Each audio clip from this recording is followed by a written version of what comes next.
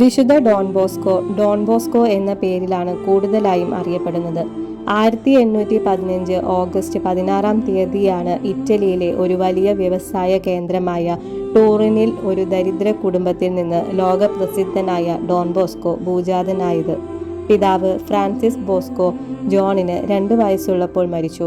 അമ്മ മാർഗരറ്റാണ് മകനെ ദൈവഭയത്തിൽ വളർത്തിക്കൊണ്ടുവന്നത്. 9 വയസ്സുള്ളപ്പോൾ ജോൺ ഒരു സ്വപ്നം കണ്ടു.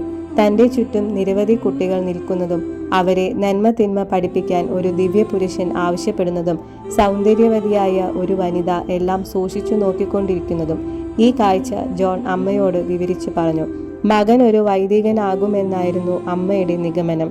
ചെറുപ്പകാലത്തു തന്നെ ഞാണിന്മേൽ കളി മുതലായ സർക്കസ് വിദ്യകൾ കാട്ടി ജോൺ കുട്ടികളെ തൻ്റെ അടുക്കലേക്കും അങ്ങനെ ദൈവത്തിങ്കിലേക്കും അടുപ്പിച്ചു. വളരെ കഷ്ടപ്പെട്ടാണ് ജോൺ പഠിച്ചത്. ജ്യേഷ്ഠൻ ആന്റണിക്ക് അനുജന്റെ വായനയും പഠനവും ഇഷ്ടപ്പെട്ടില്ല. ഇടവക വികാരി ജോസഫ് കഫാസോ ജോണിന്റെ പഠനത്തിന് സഹായിച്ചു. 1841 ജൂൺ 5 ജോൺ വൈദികനായി. കുട്ടികൾക്കായുള്ള ഒരു ഭവനം അമ്മയുടെ സഹായത്തോടെ ആരംഭിച്ചു.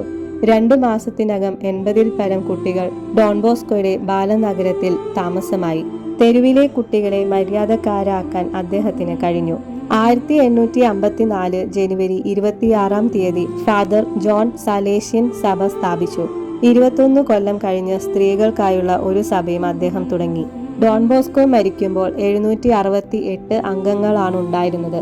എന്നാൽ 1975 അദ്ദേഹത്തിന്റെ മക്കൾ 72 രാജ്യങ്ങളിലായിട്ട് 30,000-ഓളമായി. ഡോൺ ബോസ്കോയുടെ ആധ്യാത്മികത്വം അകൃത്രിമ സുന്ദരമാണ്. മരണം വരെ ഫലിതവും പുഞ്ചിരിയും അദ്ദേഹത്തിന്റെ അധരങ്ങളിൽ നിന്ന് വിട്ടുമാറിയിട്ടില്ല. വികൃതി കുട്ടികൾക്ക് വേണ്ടി എന്ന പോലെ തൊഴിലാളികൾക്ക് വേണ്ടിയും അദ്ദേഹം വളരെ അധ്വാനിച്ചിട്ടുണ്ട്.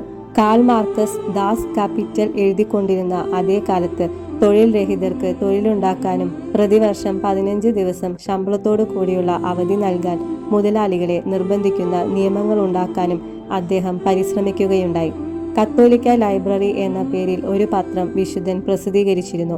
അന്ന് നിലവിലുണ്ടായിരുന്ന പാഷണ്ഡതകളെ തടയാൻ കത്തോലിക്ക ഗ്രന്ഥാവലി എന്ന ഒരു ദ്വൈവാരികയും പ്രസിദ്ധീകരിച്ചു. അതിനായി ഒരു പ്രിന്റിംഗ് പ്രസ്സും സ്ഥാപിച്ചു. ജനങ്ങളുടെ ഉന്നമനത്തിന് എത്ര തീഷ്ണതയോടെ പ്രവർത്തിച്ചോ അത്രയേറെ ശത്രുക്കൾ അദ്ദേഹത്തിനുണ്ടായി.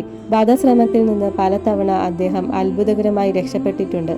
1886 ഡിസംബർ 11 അവസാനമായി അദ്ദേഹം ബലിയർപ്പിച്ചത്. തളർവാദം അദ്ദേഹത്തെ പിടികൂടി.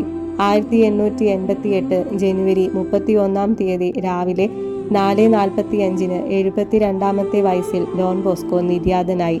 വിജയമാതാവിനോട് ഡോൺ ബോസ്കോയ്ക്ക് അഗാധമായ ഭക്തിയുണ്ടായിരുന്നു. നമുക്കും ദൈവമാതാവിനെ സ്നേഹിച്ചും ഒരു കുട്ടിയും ചീത്തയല്ലെന്നുള്ള മനോഭാവത്തോടെ ജീവിച്ച ഡോൺ ബോസ്കോയെ പോലെ കുട്ടികളെ ശിക്ഷിക്കാതെ അവരോട് സ്നേഹപൂർവ്വം പെരുമാറാനും ലോകജീവിതം നയിക്കാം. പിയൂസ് 11 മാർപ്പാപ്പ ഡോൺ ബോസ്കോയെ 1929 ജൂൺ 2 വാഴ്ത്തപ്പെട്ടവനായും 1934 ഏപ്രിൽ 1 വിശുദ്ധനായും പ്രഖ്യാപിച്ചു.